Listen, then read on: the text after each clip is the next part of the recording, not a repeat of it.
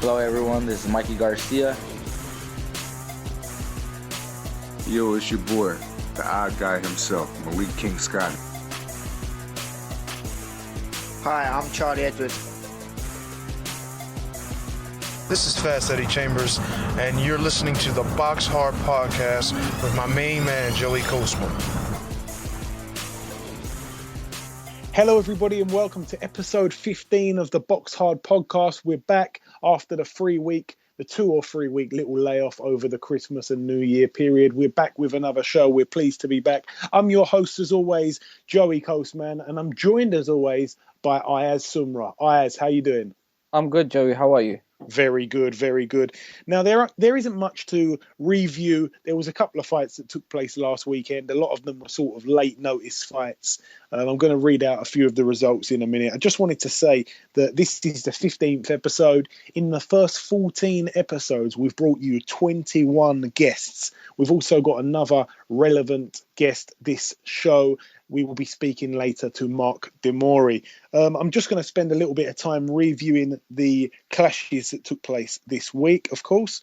And then we're going to move into the second part of the show where we preview the big fights that are coming up this weekend. So there was a little card in Germany that was on the Saturday. A little card over there, which included, of course, Vincent Fagenbutz. He lost by an 11th round TKO to Giovanni Di Carolis. Now, I think that Fagenbutz was supposed to win this fight. This was for the WBA World Super Middleweight title. So Fagenbutz has been upset over there. Also, another little card in Germany, Robin Krasnicki. He picked up his 45th professional win. He now is 45 wins, 4 losses. He beat a guy called Kagri Ermis. Again, it was only an 8-rounder. Not much to say about that opponent. Also on that bill, on the other Germany bill, this was in Offenburg. This was on the undercard of Fagenbutz. A little late replacement, Derek Chisora. He got out in what was his 30th professional fight. He now moves to 25-5. He picked up a TKO in the second round. Now, Chisora, he's had 5 fights, if I'm not mistaken. Yep, 5 fights since the loss to Tyson Fury back in late 2014. So he's basically had 5 fights in 1 year. All but one of those 5 fights has ended in knockout. A knockout in the first round, 5th round, 3rd round, and 2nd round now. And of course, he got taken to points by the crafty veteran Marcelo Luis Nascimento. So this is what Derek Chisora seems to do. He'll lose a fight at the top level and he'll drop down a level and he'll pick up all these knockout victories and he will be looking to get in there again in some sort of title shot in the near future. Again, of course, he's just recently teamed up with Team Sauerland, and Sauerland also own David Price. So there could be a little clash that I'd like to see. I'd really love to see that fight. I think I've expressed that before on the podcast. I don't really think there's anything else to mention from this week, apart from a little card in Spain. Evgeny Gradovic picked up a win over Jesus Galicia. Gradovic now 21-1 with the 1 draw. Of course, on the last show, we spoke to Lee Selby, who took his world title off of him. And as that was a really small review part of the show, it's a really, really small one. We're going to move straight on to the preview side of things. We're going to jump straight in. Usually we bring you the review part, then we bring on a guest, then we bring you the preview part, and then we bring you another guest. This week, we're just going to go straight into the review part because it was such a short. Sorry, we're going to go straight into the preview part because the review part was very, very short. I'm going to start with the card, of course, in Brooklyn. I'm not going to start over here. I'm going to leave that to Sophia Di Stefano, who's going to be joining us a little bit later. I'm going to move straight into the card in Brooklyn. Deontay Wilder tops the bill. He defends his WBC World Heavyweight title against Artur Szpilka. Ayaz, what's your thoughts on this fight? Artur Szpilka, 20 wins, of course, the 1 loss. And that 1 loss was by a KO to Bryant Jennings back in 2014. It was in the final round, but to be honest, he was basically losing every round of that fight. To be honest, so what is your thoughts on this fight? Do you think Artur Szpilka can pose any threats to Deontay Wilder? I reckon this is a very good fight with Artur Szpilka and Deontay Wilder. In my opinion, if I have to say who wins this fight, I'm going to go with Deontay Wilder. And you know why? Because I reckon Wilder knocks him out. There's another thing as well. They were saying that Tyson Fury might be ringside for the fight to see, because there's a future. I can see this fight happening, Wilder versus Fury in the future. Yeah, that's right. I have actually got wind of Tyson Fury being in the Big Apple in New York. A lot of fighters are going to this fight. I think Malik Scott's going to be there. I think Eddie Chambers is also going to be there. A lot of fighters are getting down to this. Of course, Deontay Wilder 35-0 with the 34 knockouts. If Bryant Jennings can put Artur Szpilka away, and Bryant Jennings is not a big puncher, let's face it, then I'm sure that Wilder carries enough power to do the same. But again, you can't just base it on that. But I just think Szpilka's actually a good fighter, and I think this is a tough test for Deontay Wilder. Szpilka also can bang himself. He's got 20 wins, 15 of those 20 by knockout. He's ranked 19th in the world via BoxRec, but he's a credible little fighter, again, from Poland. But he is kind of considered a small heavyweight. He's only 6'3". But yeah, it will be interesting to see what that fight brings. But yeah, prediction-wise, got to go with Deontay Wilder to pick up his 36th win. It's probably going to be by knockout as well. Moving down that card, the other heavyweight title clash. This card has 2 heavyweight titles on the line. The second clash, Charles Martin fights Vladislav Glaskov. This is for the vacant IBF World Heavyweight title. This is the one that the IBF stripped Tyson Fury of. So they fight for the vacant title. Charles Martin, we had him on the show a couple of weeks back, 22-0 with the 1 draw. Also in those 22 wins, 20 by knockout. And Glaskov, 21-0 with the 1 draw. That 1 draw was against Malik Scott. He's been very lucky, Glaskov, to keep a record with no losses, and he's managed to get through all 22 fights without picking up a loss. He's been pretty lucky when it comes down to the judges' scorecards. But how do you see that fight going? I don't suppose you've seen too much of Glaskov, Ayaz, but how do you see that fight going? Who have you got, Charles Martin or Glaskov? I got Charles Martin to win on points, I reckon. Yeah, I think, to be honest, I don't know much about Glaskov's chin. I know that, he's been in there with Malik Scott. I know that Malik Scott isn't very much of a big puncher. He didn't really trouble him with his power or anything like that, despite hitting him flush. He also fought, of course, Steve Cunningham. Steve Cunningham, again, not a big puncher. We saw him fight Thomas Adamek. Thomas Adamek didn't really land him in any trouble. And again, not a very big puncher at heavyweight. He sort of hasn't really been in there with any big punchers, so I can't really tell you what his chin's like. But he will be tested here. His chin will really be tested for the first time in his career, probably, because we all know that Charles Martin can bang. Moving down that card, there's not really much else on there. Makej Suleki's on the bill. He looks to move to 22-0. He fights Derek Finley, 22 wins, 17 losses and 1 draw. It's a bit of a showcase fight, that. Mike Lee's also on the bill. He's 15-0 at the moment. He looks to move to 16-0. There's a couple of unbeaten prospects on the bill. I think there's 2 or 3 other unbeaten prospects. Also, we're going to now move over to the Bomb Factory in Dallas, Texas. Matt Korobov tops the bill. This is his first fight back after losing to Andy Lee, which was just over a year ago. I think it's about 13 months today almost. He lost to Andy Lee via 6th round TKO, and Andy Lee became the new WBO world middleweight title holder. And of course, he lost that belt recently to Billy Joe Saunders. So Andy Lee's old foe, Matt Korobov, he fights a guy called Jose Ovando. Matt Korobov, of course, 24 wins and the 1 loss, that 1 loss to Andy Lee.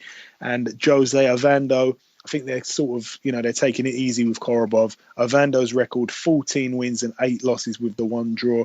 Matt Korobov was a good fighter, wasn't he? As he actually, technically a sound fighter. He just come unstuck against Andy Lee. We've seen Andy Lee, 1 punch can change any of his fights. I reckon in this fight, I see Korobov winning.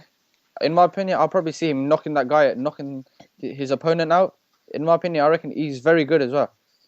Yeah, he is. He is. He's a very, like I say, he's a very technically sound fighter. Eric De Leon is also on the bill. He looks to move to 12-0. John Vera looks to move to 12-0. Johnny Detterman looks to move to 11-0. See, this week, all these fighters would have been training over Christmas. There's not much going on these cards. It's just full up with prospects in 6-rounders and 8-rounders trying to, pad their record out a little bit. So that's really it for part one. We've done the review and we've done the preview. We're now going to bring on our first guest. Ayaz is going to leave us, and after we speak to Mark De Mori, we're going to be back talking about the Haye fight. Well, I'm going to be back talking about the Haye fight with Sophia Di Stefano. So we'll see you in part 2. Ayaz, see you later, my friend, and we're going to welcome Mr. Mark De Mori. Ladies and gentlemen, please welcome, with a record of 30 wins, 1 loss and 2 draws, 26 of those 30 wins coming by way of knockout, David Haye's opponent for January the 16th, Mr. Mark De Mori. Mark, welcome to the show, sir. Thanks for having me on. No problem. No problem. Now, I wanted to just start with something that has nothing to do with the Haye fight. The first question I wanted to ask you was, you signed with Don King for a while. Who are you signed with now, promotionally, Mark? My promoter is Warriors Boxing. That's an American company, and my manager is Mike Barreo. Warriors Boxing, they've got lots of good Polish fighters. Artur Szpilka, who'll fight Deontay Wilder soon, and the WBO cruiserweight champion. They've got a really good stable right now. So if I wasn't fighting David Haye, I would have been heading over to America for fights again. Okay. And what do you make of your time with Don King? Are you happy that you went down that route with him originally? Yeah, because when I got the opportunity to sign with King, I was really headed nowhere in the world of boxing, and I was stuck in Australia where it's very small money, very small opportunity. So I really was just so happy that he would give me an opportunity, and I had 2 fights over in America with him and lived in his training camp for a few months. And so, I mean, for me, it was a fantastic way to get out of the Australian boxing circuit and get overseas and meet different people and get some exposure.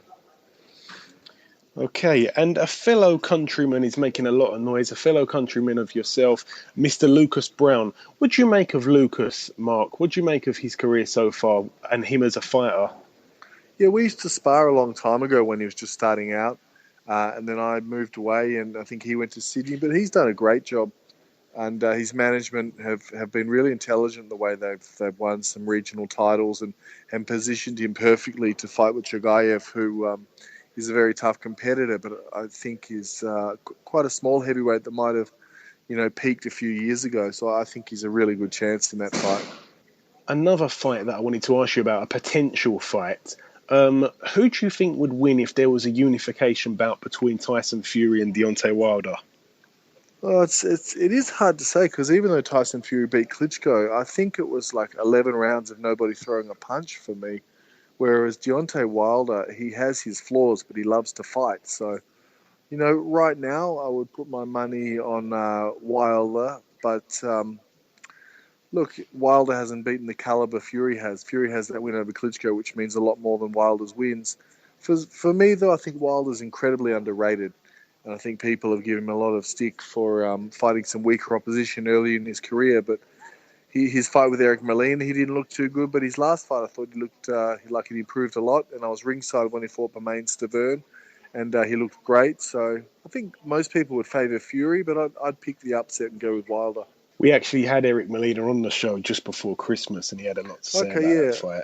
I met Eric Molina because we were maybe going to fight on that undercard to Stavern Wilder, but I didn't get my visa in time. But I met him in the gym. He's a very friendly guy, and I think he's got a punch that could knock out a horse, so he's dangerous against anyone.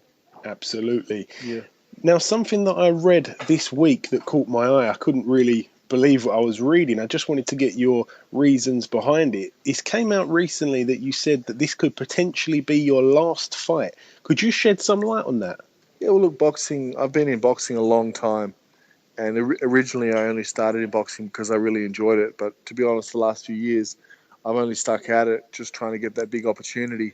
I haven't, stuck at it because I'm enjoying it. I've started to hate the gym, and I've started to hate the training, and this David Haye fight's given me a bit of motivation again. But, you can't get punched in the head forever. And if you've ever met an old fighter who's punch drunk, or if you've ever seen a fight live where the guy goes into a coma, it gives you a pretty good reminder of what a stupid way to live your life this is, because eventually it's like Russian roulette. Eventually you'll take one punch too many. So my goals are to prove a point that I could achieve something and I could fight and put a certain amount of money in the bank. And this Haye fight's going to do that very well for me. And I've got a lot of respect for Haye. He's been a great champion, but a win over Haye would really cement me as one of the... if there's a bigger win in Australian heavyweight history, I don't know about it. I'm not a historian, so someone would have to correct me. Is that only if you beat Haye, or is that if you lose or draw to Haye? It just depends how I feel after the fight. Like I've struggled for the last few fights to find the motivation. Physically, I've done all the work, but mentally, I'm sort of walking to the ring a little bit bored and unenthusiastic. I mean, this one's going to be a different atmosphere, so I'm sure I'll get much more involved. But you know, it's a dangerous sport, and yes, it's a way to make a living, but at some point you got to reevaluate whether it's a smart thing to keep walking into the ring purely for money and because people tell you should. You know, there's got to be a burning desire to be at the top level in this sport. Otherwise, I think you're asking for trouble when you're going in there a little bit bored. And sometimes in fights, I'm sort of not being the best I can be with my defense. I'm a little bit of cruise control, and I think it's a very bad habit to get into. So, I've got a really good life outside of boxing. I live in Croatia with my wife, and we have a really good lifestyle. And it'd be silly of me just to keep pushing in boxing for no reason and take unnecessary punishment. But looking into the fact that a lot of people, and it's just purely because they wasn't too sure about who you were and who you'd been in with and that type of stuff. A lot of people, when David Haye announced his fight, were a bit like, oh, why didn't he jump in there with a Klitschko or someone right, at the top of the tree straight away? A lot of people were sort of like, oh, God, just another fight like this. And for you to come out and say that this could potentially be your last fight, some people may look at that as if your motivation's dying and David Haye's picked the perfect opponent. But could you assure everybody that you have really trained as hard as we know you've actually trained, for some of the people that don't pay enough attention to what you do day in, day out? Yeah, of course. I mean, even the recent fights I've had, which were for very small money, I trained my ass off. I'm just saying that that when you're young, you might love a sport, you might have a passion for it, but as you get older, it becomes more about business. And when I got this offer to fight David Haye, I wouldn't take it unless I thought I could win. And at the press conference, I was pretty clear that that's what I'm here to do. But people, let's say the casual fan in the UK, they know Tyson Fury, Anthony Joshua, David Haye, and anyone else they're not going to be happy with. Maybe they also know Klitschko. So David Haye has no world ranking. He hasn't fought for 3.5 years. So anyone that thinks he's going to jump straight in with Joshua or Klitschko is obviously doesn't know the business. So David Haye's picked me because I've got a good record and a good world ranking, and I'm not going to give that up easily. I've got much better ways to make money than getting punched in the head. So for me, the reason I took this fight over the other fights in America is because the size of the show was something that would motivate me. I really couldn't get interested in any more small fights. Okay, and of course he hasn't been in the ring for 3.5 years now. Is there any chance? Do you feel that he's taken you lightly at all? Yeah, definitely he has, but it's up to me to prove him wrong. If he's taken me lightly, that's an advantage for me, because this is the biggest fight of my life, and I've prepared very well. And I don't enjoy being in London and being in this cold place and training here. And I'd much rather be back in Croatia relaxing. So I'm sacrificing to be over here to try and get that win. I could be just relaxing and enjoying, but instead I'm over here doing the hard work. So he's taken it lightly. I'm sure he's looking past me to the huge paydays against Joshua or Fury or whoever he's planning on fighting. But I hit extremely hard, and I can very quickly derail his plans if he's not focused. And I just wanted to touch on being over here. How well received do you feel you've been by the English public? Because they've really taken a like to you by the looks of Twitter. I don't know. I seem to get some people supporting me. They're not fans of David Haye, so I think they're only supporting me because they want to see Haye lose. And some people have, been abusive all over social media, which is fair enough because I was on there criticising Brits and things like that just to get a few people angry. It's all part of the show. But no, look, most of the people I've met have been very polite and supportive. So it's quite cool, because when I first came, we did the press conference, and within a few hours of all the media putting their stories up, I was in the street and people knew who I was. So it was quite a funny experience. And I just wanted to also say, what do you feel David Haye's strengths are? What particular assets do you feel that you have that are superior to his assets? Well, he's very agile, and he's very explosive, and he likes to set traps. And what I mean by that is he's not going to run at you. He's not going to go kamikaze, but he'll wait for you. He tries to set traps, make you walk into them, then make you pay. But when I have to be, I'm a very intelligent boxer. A lot of fights I'm really quite bored. I'm just looking for the knockout because I'm not motivated. But when I'm boxing, for example, with my trainer, who was a 2-time Olympian, ranked number 2 in the world at light heavyweight, it's almost like a game of chess, and you're always trying to set up the trap and catch the other guy. And I know David Haye's style. I know what he's done, and I've studied him well. And while he's very explosive, I think I have more power and more strength. So that's going to be a big difference when we get in close. And he's looking to dance around and look for that one perfect shot. If I can get in there and rough him up, I think my extra weight and physical strength is going to cause him problems inside. Also, how deeply have you studied him? Because I saw in another video that you brought up David Haye's fight against Lalenga Mock, and that was a fight very early on in his career. And to be honest, a lot of people have forgotten about that. Only really the die-hard boxing fans remember fights like that. How deep have you studied him, Mark? I've watched nearly every fight he's had. I've studied interviews with him, listened to Adam Booth speak about him, and I've even spoken with some guys that have sparred with him, and they've told me about him.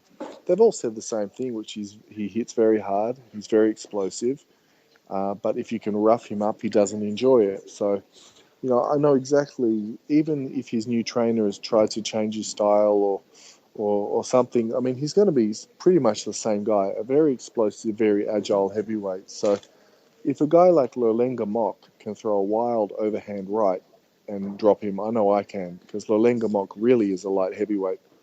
And he was a good, solid journeyman, but he wasn't known for his huge knockout power, and he was only a light heavyweight. So simple science says if he can drop him, I can definitely drop him.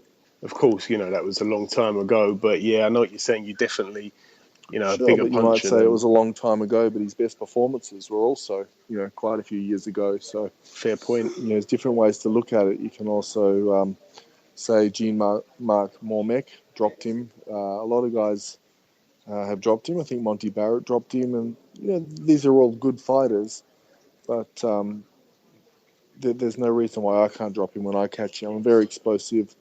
I set traps as well. I'll always put my head in there, looking like it's there to be hit, and then look for a power shot to counter. So there's no bravado or arrogance here of me saying I'm going to beat him, but there is a lot of me that feels that if he overlooks me or if he tries to get fancy against me, I'm pretty confident of landing a knockout punch.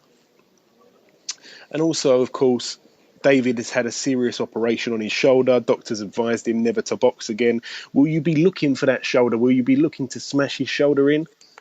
If I'm having any trouble hitting him cleanly with the left hook to the head, if he's blocking it well, maybe I will just target his shoulder. I have done that before in fights when guys have got a good reach advantage on me. I will just look to target their lead shoulder, but with David Haye, it's his right shoulder. So a big left hook smashing onto the shoulder. Who knows? Maybe it'll do nothing. Maybe it'll rattle the pins and it'll take away his right hand. But certainly there's no way I would ignore it. If I saw him hurt or if I saw him injured, I would be more than happy to exploit that weakness.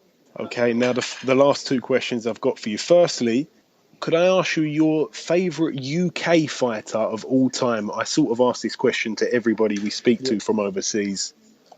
Any weight. I was a big fan of Prince Nassim Hamed when I was younger. Everyone says that. He was very exciting, and I thought he was quite good with the press because even when he made fun of his opponents, he always seemed to have a little bit of cheekiness about him. Like, I don't think he meant anything bad by it, but he knew how to get people really angry and sell tickets, and I think he was an amazing entertainer. And finally now, your prediction, if you can give it to us, for the big clash on the 16th. I think inside 4 rounds, one of us will be knocked unconscious. And I'm going to take a risky fight plan trying to force that, because I'm not the kind of guy that will win on points or wants to win on points. To me, that's boring. So we're definitely looking for a fast start, an explosive start, and anything can happen. Excellent. We look forward to seeing that. Thank you very much for coming on the show, Mark. Thank you very much for taking a bit of time, and I wish you all the best of luck in your fight with David. All right, thank you very much. Okay, now we're going to get into the part of the show where we talk about the David Haye fight, his return fight at the O2 Arena this Saturday, the 16th. He faces off against Mark De Mori. Now, David Haye, his record at the moment, 28 fights, 26 wins, 24 by a knockout and 2 losses. Those 2 losses, of course, Carl Thompson and Vladimir Klitschko. And Mark De Mori with a record of 30 wins, 1 loss, 26 of those 30 wins coming by way of knockout. I've got Sophia on the call now. So welcome to the show, Sophia. Hi, Joey. How you doing? Very good, very good. Yeah, so talk to me about this fight, because I know that these are the types of fights that, you know, get you very interested into boxing. So tell me a bit about this fight, Sophia. Well, obviously, everyone knows that David Haye is coming off the back of a 3.5-year layoff outside of the ring. And he's fighting, as you said, Mark De Mori, which, you know, Mark De Mori is not an easy opponent necessarily to come back to, your first big comeback fight. As you said, he's ranked in the top 10. He's been out the ring for... Well, David's obviously been out the ring, but Mark De Mori has not been beaten in over 11 years, and unbeaten in 26 fights. So, you know, it's a decent opponent for him to come back to. I do believe David will come through it quite comfortably, purely on the fact that I think Mark De Mori hasn't really fought anyone of any notoriety. But it'll be interesting to see the stamina. I think stamina will play a part between both of them, because Mark De Mori's not been past 4 rounds in 2 years, which is obviously a good thing, but also the likes of David Haye will potentially, if it is going to go past, you know, if it's not going to be an emphatic knockout early doors, it could go on to the later rounds. So it'll be interesting to see. I think stamina will play a part. So it'll be interesting to see how much of a key factor that is. Of course, David Haye, you know, as you mentioned, 3.5 years out. Do you think ring rust could play a factor in this fight at all? I think, yes, of course. I'd be silly to say it wouldn't play a part and it wouldn't be a factor for David Haye, but I do know that he's meticulously trained for 4 months. He is completely injury-free, which is a first for him in a training camp. He's obviously with his new trainer, Shane McGuigan. I think they're going to be a formidable force together. David's fighting at a much heavier weight, but his speed still seems to be the same, which is obviously the key part to his sort of armour. So I personally see an early knockout for David Haye, so I don't see ring rust playing too much of a part, unless obviously it goes on to the much later round. So there's no way you think that this could go to points? No, I don't see that personally. I see it ending in a knockout, and I see David Haye being victorious. Yeah, because the combined knockout number between these two guys, 50 knockouts in, I think, 60 contests. I think I've got that right. Oh, Mark yeah, De Mori it's an incredible knockout ratio between the two of them, as you said, but you have to look at the opponents that both of them have faced. And obviously, David Haye has faced world-class opponents, and I can't really see world-class opponents on Mark De Mori's record. Absolutely. I just think if David Haye is facing only Mark De Mori, he could probably get this win. If he's facing Mark De Mori plus some ring rust, it could be interesting. It will be really good. Again, that's going to be on Dave, of course. Anybody that's got a Freeview box can watch that fight. Of course, there's some tickets still left at the O2 Arena. Yeah, it's going to be a super exciting night, and I'm actually working on the night. I'm doing all the ringside interviews, and from what I'm hearing, the guys behind the show and behind David, the Salter brothers, they're wanting to make it very much an entertainment show, just not like a generic boxing show. So I think it's going to be a very exciting night. You're going to see a very different type of show, not what you're kind of used to on TV. And I'm hearing some quite big names and big music acts. So I think it's going to be a very exciting night, but that's for sure. It should be. It should be. I'm not sure what happened because Billy Dibb was supposed to be on the card. I know that he pulled out about a week ago or 2 weeks ago. He's now not on the card. He was. Yeah, his fight was. Chief support. Yeah, I want to just. Cancelled as well. I just want to touch on that. Yeah, to be told, it was Shane Singleton, wasn't it? Yeah, Shane Singleton and O'Donnell. Yeah, that one's been called off with about 3 days to go. I think the whole card now consists of only 6 fights. I'm just going to mention those fights for anybody that's listening. Tony Dodson, he steps in against Richard Horton. Kay Prosper's also on the bill. Jose Lopez. Wadi Camacho gets out again. He looks to pick up his 14th professional win, and Josh Kennedy's also on the bill. So a couple of prospects. But all in all, good luck to Dave for putting on their first ever live sporting event. And congratulations for being a part of that, Sophia. No, thank you. No, it's very exciting, and fingers crossed there'll be many more shows on Dave TV, because I think they're looking to put a lot more sporting events, and I think this is their first boxing show, but I think they'll do a good job of it by the sounds of it. So fingers crossed all goes well on the night. Excellent. So your prediction for that fight is a early stoppage win for David Haye? That's correct, yes. Okay, and one other thing I wanted to ask you, this is purely, like for the future, providing David Haye gets through Mark De Mori. Yeah. Right now, tomorrow, if David Haye, well, obviously not tomorrow because he's fighting Mark De Mori, but, technically speaking, David Haye to face off against Anthony Joshua now. I knew you were going to put me on the line, Joey. I knew it. Well, whose corner are you in? That's a really tough call. Are you saying, I think that's a little unfair to call David Haye to fight Anthony Joshua when he's had a 3.5-year layout. Yep. I think if you're going to ask me a little bit more of a fairer question and say, give David Haye 3 fights. No. No. I think now. It's such a tough call, because I think I'm such a big fan of David Haye. I think he's been one of the most exciting heavyweights and cruiserweights we've ever had in this country. Listen, and I'm really excited as a boxing fan to have him back. I do, and I'm a big fan of Anthony Joshua. I think he's going to go all the way, and he will become world champion. Yeah, exactly the same for me. But I honestly think a little bit. Let me just say. Got shown up a little bit in his last fight. Right. Let me just say, I am a huge fan of Haye and a huge fan of Joshua. But I honestly think if we, it's a strange one, because right now Joshua has been active. He's getting better and better. David Haye has had the layoff, but strangely, pro. I'm going to ask you this question. This is a serious question. This is quite a hard question. Who benefits more? You've already asked me a hard question before. Yeah, no, I'm going to go back to that. Who benefits more in this?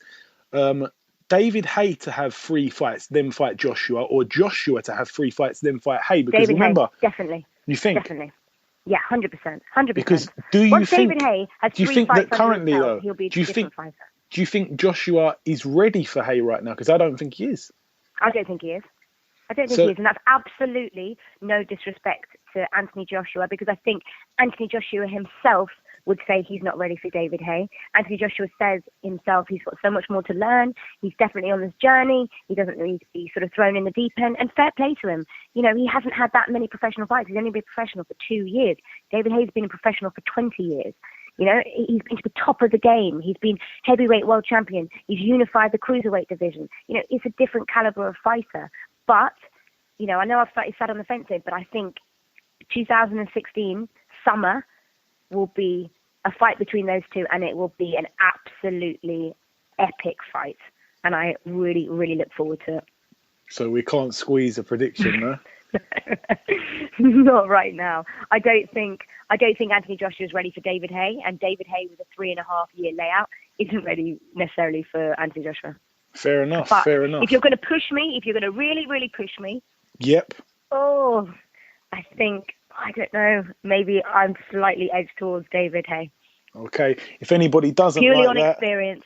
Purely on experience, purely on the fact that he's used to fighting bigger fighters like Valuev.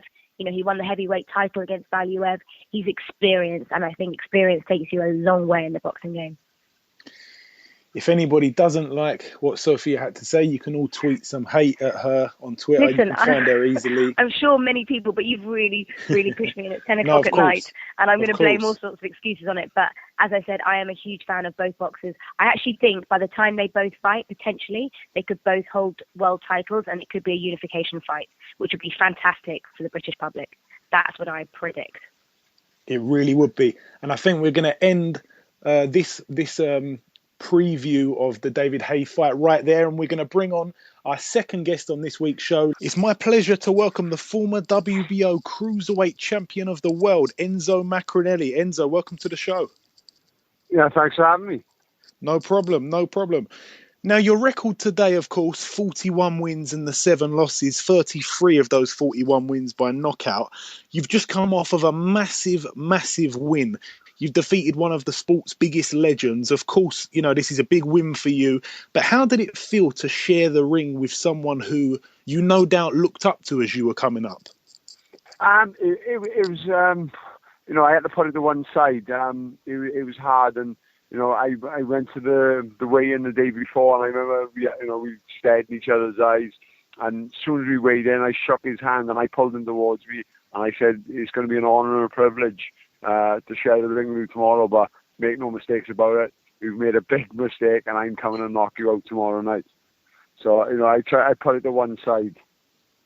Absolutely. And coming into the Roy Jones fight, Roy Jones himself was coming off of an 8-fight win streak, which he hadn't done since 2003. He seemed to have found some sort of form, you know, in his previous fights until he met you. He couldn't, you know, his momentum wasn't enough to overcome what you had on the night. How was it? I mean, did he still have those qualities? Because we know that, you know, he's got this ring craft that won't leave him. However, he's not really the fighter he was before. You know, is he still credible? Sort of, you know, is he good to get under those big lights with? Yeah, it was. Don't get me wrong. I know he's nowhere near the Roy Jones of old. You know, I said that at the press conference. I said that he said, "I'm just as good as I ever been." I said, "You're not." He said, "I am." I said, "No, you're not." I said, "I wouldn't be here thinking I could beat you if he was as good as he was." You know, the man was phenomenal, and he still had some moves. I was surprised how fast he was, and he could definitely crack a bit. But I think the main reason they picked me, yes, I was a name, yes, I was dangerous, but I've been a light heavyweight for the last 5 years, and I seen him at the press conference 8 weeks prior to the fight, and I was still in the process of making light heavy, so I was nice and lean, I was thin in the face. 8 weeks later, when I turned up in Russia, you know, I'm fuller, I'm up to 14 stone. I just look like a totally different person. You know, I don't think they realise how heavy-handed I am and how physically strong I am as well. I'd like to ask you, what does 2016 hold for Enzo Mac? I don't know, to be honest. I'd like a crack at any of the world champions. You know, whether, you know, people can say what they want about me, but one thing you get with me is I come to fight. I'm not scared of anyone. I don't fear anyone. And you give me any of the champions, I will give it everything I got. So hopefully that would be the ultimate send-off for me then. So you will be contesting the rest of your career at Cruiser, is that right? I think so. I think I felt so strong. I felt so powerful and strong. And don't get me wrong, I used to make the light heavyweight limit quite comfortably with the diet I was on. But I think just dropping down to 12.7 obviously just took a little something out of me. You know, I had my chance at a world title at light heavy against Jürgen Bremer. And I do believe to this day, if my eye hadn't gone, I would have knocked him out. And, you know, I think they know that as well. That's why I never had a rematch. So, yeah, I think I have to speak with Gary and Frank Warren. But, no, I think I feel more comfortable at Cruiser. Who, in your opinion, is the weakest world champion at Cruiser? I don't know, to be honest. They've all got different sort of styles. You've got Droz, you've got Lebedev, you've got the Polish kid, and who else? Who have I missed out now? Ramirez. I'd probably say Ramirez would be the weakest out of the four, if I had to label one as the weak one. And there's also a huge prospect coming through, Alexander Usyk. I don't know if you've seen anything of him. Yeah, very good, very good. Southpaw slick. Watched him a few times. He's probably the more talented out of the lot of them. Yeah, only 9 fights into his career, so a really bright future for him. So, of course, you're literally 2 fights off of your 50th professional outing, so that's a little milestone for you. Do you think you will get that 50th fight this year? Do you plan to be active this year? How many times would you ideally like to fight this year, Enzo? I'll fight as many times as my body's capable. I boxed in Russia. I boxed Roy Jones. I come home on a Sunday, and a Monday I was back in the gym. I'm doing 15 rounds a day. I'm doing 6-mile runs in 41 minutes. I got an amateur club as well, so I train with youngsters, and sometimes I actually train with them as well. So I'm physically very fit. I'm probably fitter now than when I was 25, and I'm not lying. I think I'm just a little bit wiser. My diet's much better, and I just feel really good at this moment. But we'll have to wait and see it. But ultimately, 2016 could be my last year. I got so much going on, and like you said, I've been in this sport now, I think 16 years. And ultimately, I'd like to go out with a world title, but we'll see. Who, in your opinion, are the top 3 cruiserweights in Britain at the moment? It's me, Barry, and Mackenzie. Yeah. Oval was very, very, very close to beating Ramirez. I don't know if you caught that fight. It was very close. Yeah, I did. I didn't think he won. I'd be honest, but it was very close on 10 days' notice. It was an amazing performance. I just believe that when you go away into someone's backyard to fight the champion, I think I'm one of them who've got to rip it off them. I just think he just didn't do enough, but he did come close, and with a bit more notice, you never know.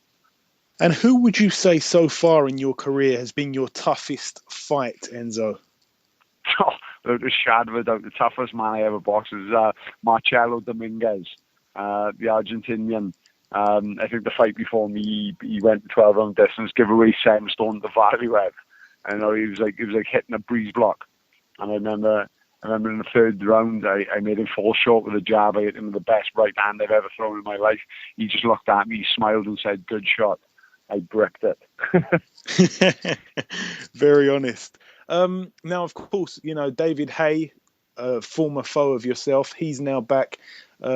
What do you think he can offer the heavyweight division now, this late on in his career? I know he's not too old, but he's been out the ring for 3.5 years. Yeah, David's a smart man. I don't think he would be coming back if he didn't think he could do something. I think he's always got the athleticism. But like you said, we'll have to wait and see 3 years of inactivity. I think David said himself, everything's going right in the gym, everything's going right. He won't know himself what he's got until he actually comes out on Saturday night. And I do wish him well. Okay. I'm going to ask you one last question, Enzo. I asked this to basically everyone that I speak to. Last week we had Lee Selby and Andrew Selby on the show. I asked them this as well.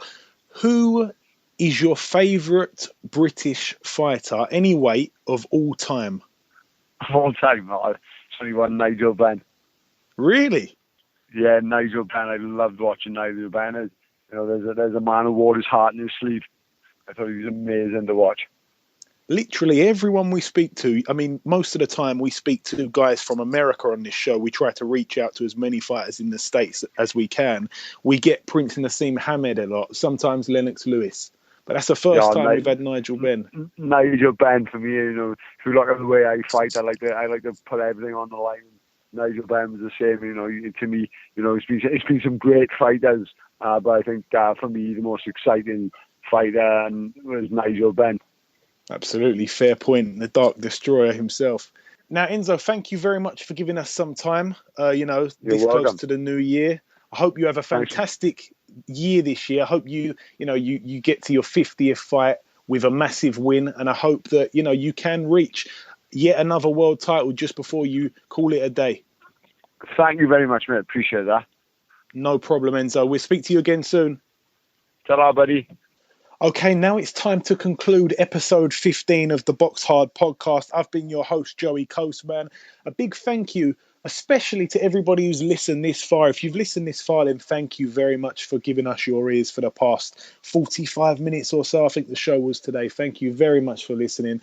Have a fantastic weekend, everybody. Please follow us. Please retweet. Please like. Please favourite. We're on Twitter. We're on SoundCloud. We're on iTunes. We're now on YouTube, of course, as well. Please look out for us doing a lot of big things. And we will be back next week with another buster of a show. A big thank you to my guest, my panel speaker, my main panel speaker, as always, Ayaz Sumra. And also a big shout out to Sophia Di Stefano, who's joined us for 2 shows in a row now. She'll be on a few more shows in the future. Also, a big shout out to Enzo Maccarinelli, one of our guests on today's show, the former WBO cruiserweight champion of the world. And a big shout out, of course, to the Australian living in Croatia, fighting in the O2 Arena on Saturday, Mr. Mark De Mori. Once again, thank you very much for listening this far, and we'll see you next week.